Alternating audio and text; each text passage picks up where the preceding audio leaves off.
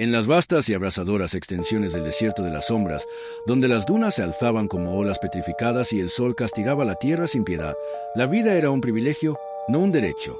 Lejos de cualquier sendero marcado, donde solo los más audaces se atrevían a aventurarse, se alzó un acto de crueldad tan desmedido que ni el viento del desierto pudo borrarlo. Aquí, un hombre, don Elías Valdés, un terrateniente adinerado con el corazón tan árido como su fortuna, cometió lo impensable. Don Elías no era un hombre de compasión. Su imperio se había construido sobre la ambición desmedida y la falta de escrúpulos. Había enviudado hacía 5 años, dejando a su cargo a sus 4 hijos pequeños: Mateo, el mayor, de apenas 10 años, Valerio, de 8, y las gemelas, Sofía y Elena, de 6. Los 4 niños, frágiles y delicados, padecían una extraña enfermedad congénita que los hacía débiles, propensos a fiebres y con una esperanza de vida incierta. Sus constantes cuidados y costosos tratamientos eran una carga para don Elías, una mancha en su imagen de hombre invencible. Los veía como una debilidad, una fuente de gastos inútiles y una prueba de que la vida no le sonreía del todo. Quería herederos fuertes, no cargas. Una noche, bajo el velo de una luna menguante que apenas iluminaba el camino, don Elías ordenó a sus hombres más leales preparar una caravana. Argumentó que llevaría a los niños a un lejano santuario en la montaña, donde un monje legendario prometía curaciones milagrosas. Los niños, ilusionados por la promesa de curación y la aventura, se despidieron con sonrisas ingenuas, ajenos al terror que les esperaba. Su única compañía, además de los hombres de su padre, era Alazán, el caballo favorito de Mateo. Alazán no era un caballo cualquiera.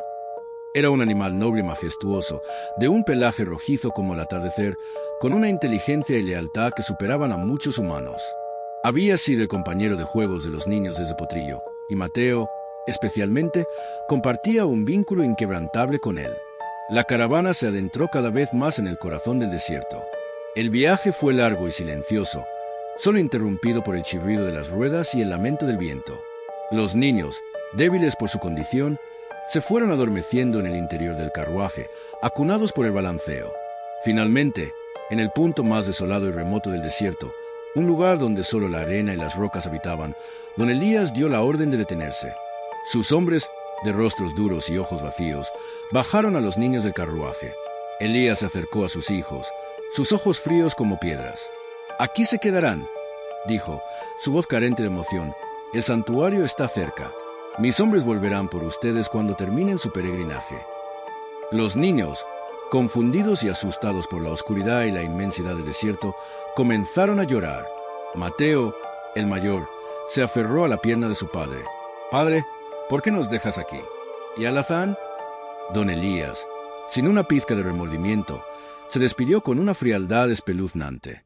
Dejó una pequeña bolsa con algo de agua y unas pocas galletas. No miró atrás. La caravana dio media vuelta y se perdió en la oscuridad del desierto, dejando a los 4 pequeños solos, indefensos, bajo la inmensidad del cielo estrellado. Pero lo que don Elías no sabía es que Alazán, el noble caballo de Mateo, lo había visto todo. Desde que la caravana se detuvo, Alazán había percibido la tensión, el miedo de los niños y el extraño brillo en los ojos de su amo. Cuando vio a los pequeños ser abandonados, su instinto se desató. El caballo luchó contra la rienda que lo ataba al carruaje, relinchando con desesperación, pero los hombres de Elías lo obligaron a seguir. El grito de los niños, el silencio de su padre y la imagen de sus pequeños amigos siendo abandonados quedaron grabados en la memoria de Alazán. La huida y el regreso del héroe equino. A medida que la caravana se alejaba, el corazón de Alazán latía con una furia y una angustia que solo un animal noble podía sentir por los seres que amaba. Cada paso lo alejaba más de los niños, y el deseo de volver por ellos se hizo insoportable. En el primer campamento, aprovechando la oscuridad de la noche y el cansancio de los hombres de Elías, Alazán esperó su momento. Con un poderoso tirón, rompió la cuerda que lo sujetaba y, sin hacer ruido, galopó de vuelta. No había un mapa, no había un rastro claro, solo la imagen grabada en su memoria y el desesperado instinto de lealtad. Mientras tanto, en la inmensidad del desierto, los 4 niños se abrazaban, el miedo apoderándose de ellos. El frío de la noche calaba los huesos, y el aullido lejano de algún coyote les helaba la sangre. Mateo intentaba ser fuerte por sus hermanos, pero las lágrimas resbalaban por su rostro. La fiebre de Valerio comenzó a subir, y las gemelas, Sofía y Elena, tiritaban incontrolablemente. La pequeña bolsa de agua y galletas apenas duraría unas horas. La desesperación se cernía sobre ellos. Justo cuando la esperanza empezaba a desvanecerse, un sonido rompió el silencio del desierto. Un galope, débil al principio, luego más fuerte. Los niños alzaron la vista, sus corazones latiendo con una mezcla de terror y una chispa de esperanza imposible. Y de la oscuridad emergió una silueta majestuosa, de pelaje rojizo brillando bajo la luz de la luna. Alazán. Los niños gritaron de alegría y sorpresa. Alazán se acercó a ellos, su aliento caliente y reconfortante. Frotó su cabeza contra Mateo, relinchando suavemente, como si les dijera que todo estaría bien. Los niños se abrazaron a él, buscando calor y consuelo. Alazán no era solo un caballo. Era un milagro, la última conexión con el mundo que los había abandonado. El caballo, con una inteligencia asombrosa, sabía que no podía llevarlos a todos a la vez. No, su misión era otra. Empezó a empujar a Mateo suavemente, instándolo a subirse a su lomo. Mateo, entendiendo la urgencia, logró subir con la ayuda de sus hermanos. Alazán relinchó de nuevo, indicando que correría en busca de ayuda. Mateo abrazó a sus hermanitos, prometiéndoles que volvería, que Alazán iría por ayuda. Con un dolor en el alma, vio a su hermano y a las gemelas desaparecer entre las dunas. Alazán galopó sin descanso bajo el implacable sol del desierto. Sin agua, sin comida, su único objetivo era encontrar la civilización. La lealtad lo impulsaba más allá de sus límites. Días después, el caballo, exhausto y al borde del colapso, llegó a una pequeña aldea en el borde del desierto. Su aspecto era deplorable, cubierto de polvo, con los ojos inyectados en sangre por la sed y el cansancio. Los aldeanos, asombrados al ver un caballo pura sangre en tal estado, y notando la extraña urgencia en sus ojos, lo siguieron. Alazán, con sus últimas fuerzas, los dio de vuelta a las dunas, tropezando y volviendo a levantarse, hasta el punto exacto donde los niños habían sido abandonados. La justicia del desierto y un nuevo amanecer. Lo que los aldeanos encontraron fue desgarrador.